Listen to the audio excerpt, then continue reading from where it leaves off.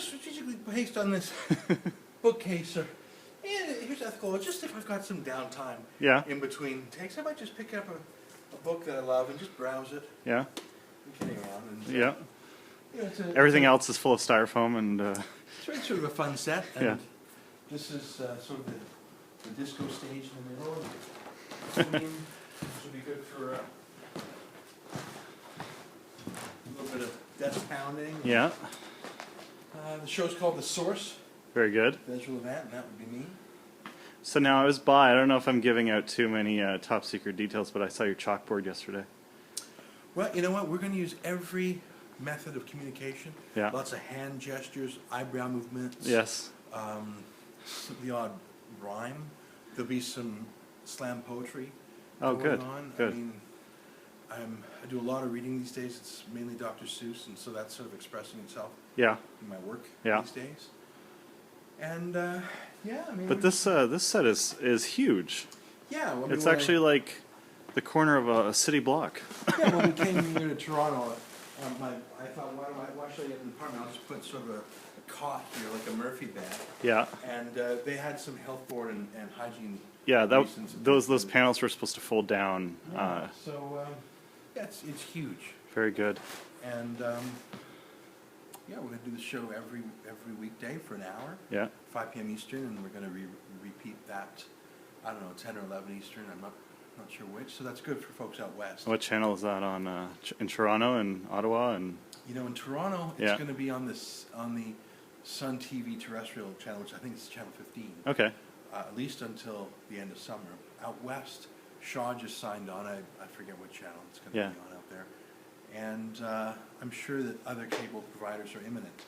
So we'll have millions of people who have access to us right off the bat. And I think it'll be a good test. I mean, it's shocking to me how low the actual viewership numbers are for the incumbent networks. I mean, CBC News Network has been forced into Canadian homes for more than 20 years.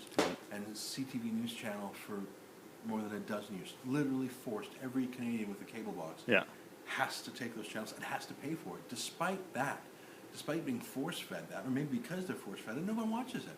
I was just looking at BBM ratings numbers just this morning.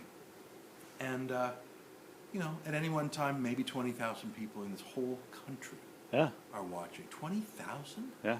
I've had that many people come to my blog on some days when I'm really cooking it.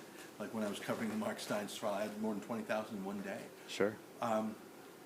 The CBC has $1 billion a year. They've had more than 20 years of force-feeding Canadians their crap, and they're still 20-odd thousand. CNN is the most watched news network in Canada. It's a difference that I've noticed. Between the internet and cable.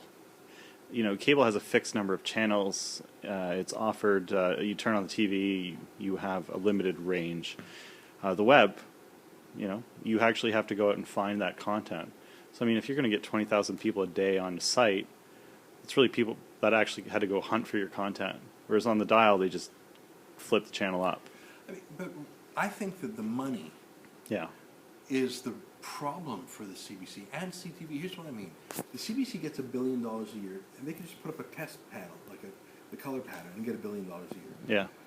I mean, they really couldn't be less connected to their viewers if they lived in Atlanta, Georgia, in the Deep South, which CNN happens to be based in, because they're completely insulated from pissing off their viewers. They can indulge any political whim of theirs. They can indulge any bizarre picayune interest, and they're going to get their $1 billion no matter what. Yeah. So who would be accountable to viewers then? It's just a hassle.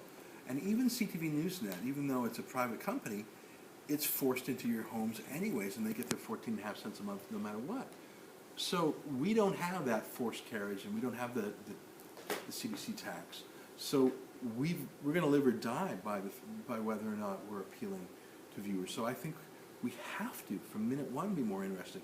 Our annual budget is about $20 million. That is the CBC's budget for 1 week. In 1 week, the CBC burns through $20 million. That has to last us for a year. I bet you that we will exceed their ratings within a year. Yeah. Because we're not a state broadcaster, because we're not run by bland, vanilla, liberal, consensus bullshit bureaucrats like they are. It's in their DNA to be boring and liberal and run by committees and red tape-ish. It's just, they will never change their ways until they're taken off the taxpayers' teat. Well, thanks for the tour. I mean, Sure, it's a great set. Well, let me show you some subliminal messaging. Sure, yeah. Here that I just noticed. Oh boy, what do you got Ezra there? Levant cutting through the sensor, Right, going words. to the source through the sensors. You can see it. So we're looking for like secret messages in the video That's feed, right. and There is actually subliminal Yeah. messaging referring to cutting through the sensors going to the source. right. So this is where we've got various tools. We've got big. There's the newsroom right there. Yeah, that's the Toronto Sun newsroom. Yeah. In there, we've been carved out of their space. So here's the panorama shot. Yeah. Oh, there's another copy of Ethical Oil. Oh, whoa. Well, there it is. Whoa, how did that get there? How did that get there? Oh, It's on Amazon.com, right? Here's a copy of Shakedown. How did that get there? Oh my gosh. More Ethical Oil? How did that get there? Oh, there's some more down there. You got the War on Fun. Oh, boy. I got to dig some copies up. Yeah. Gee, someone must have gone through and put copies of the book. I don't know who did that. Yeah. Anyways, let's head back to the. Yeah. to the other Sure. Let's building. do that. Let me just.